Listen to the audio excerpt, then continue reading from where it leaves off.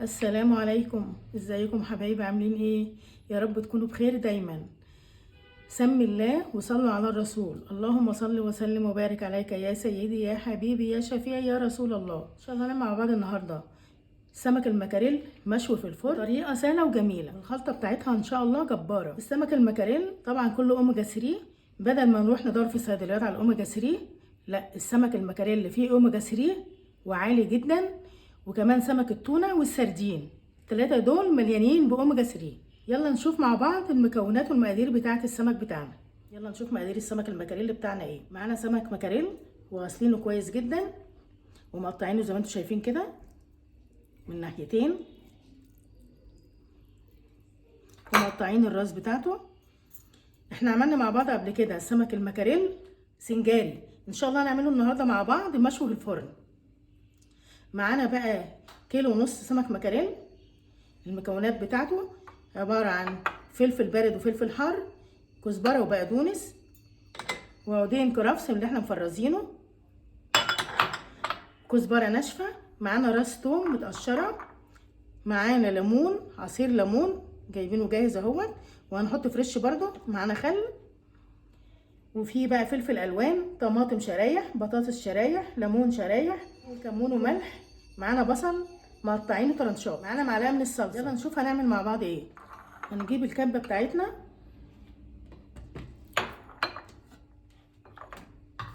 هننزل فيها بالفلفل بتاعنا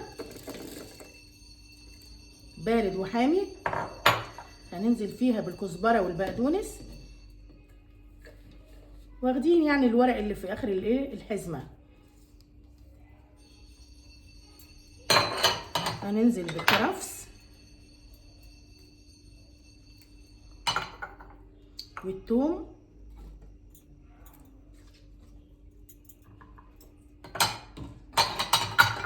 هننزل بالكزبره الناشفه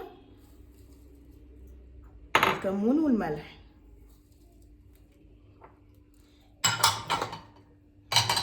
كده تمام.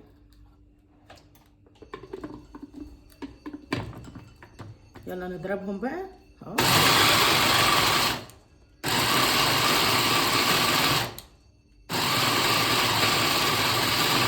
هنفرمه فرم ناعم.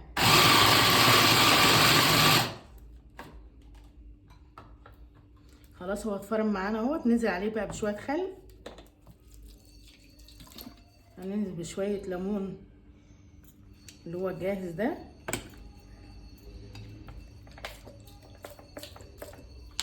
وهننزل بليمونه فريش نعصرها كده،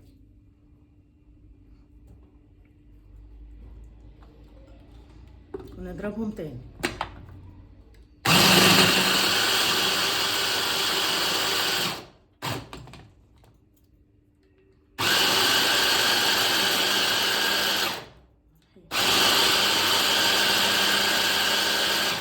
خلاص الخلطه انضربت معانا اهي.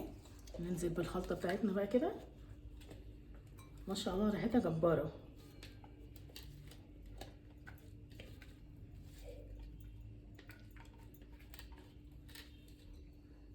معانا هريسه هننزل بيها برضو على الخلطه بتاعتنا. هنقلبها مع بعض كده،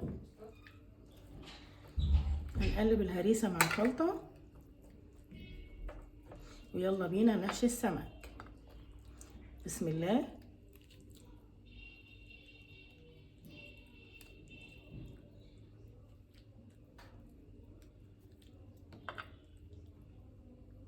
يلا نفتحه للاخر كده ونحشيه كله كده.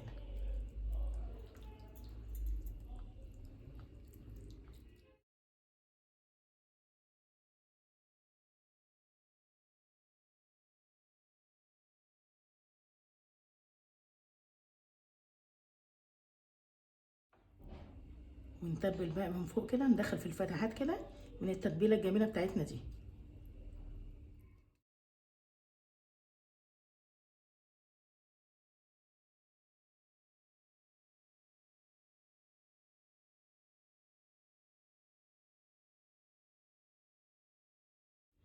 بقيه الليمونه كده هنمشي بيها كده،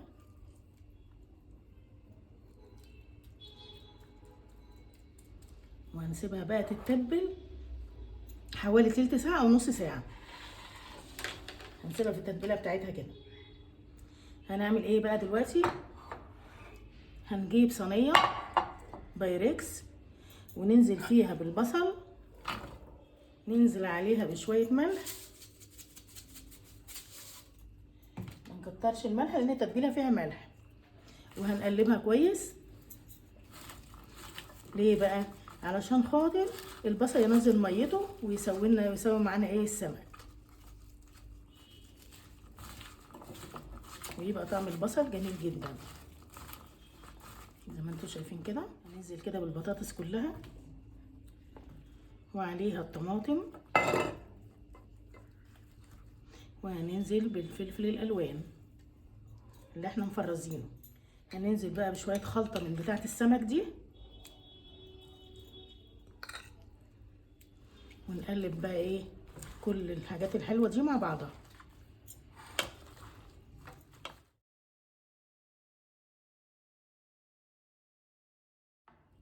بس كده تمام.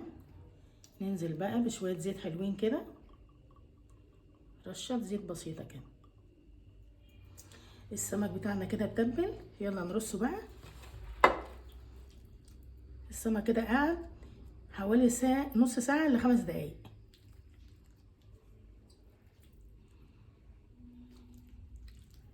نقلبه كده. هنحط على الصلصه دي زيت، شويه زيت كده، هنقلبهم وندهن بيهم السمك بتاعنا.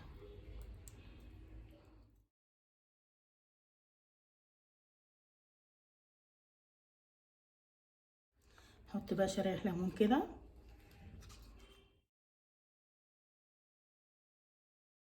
بس بعد ما عملناها بالصلصه هنرش عليها بقى شويه زيت كده، زيت بسيط كده، وندخلها بقى الفرن على 180 درجه.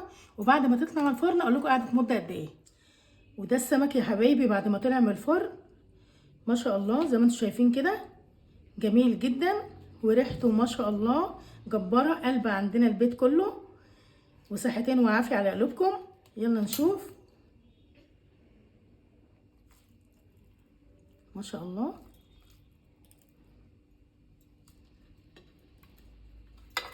مستوي جميل جدا اهو،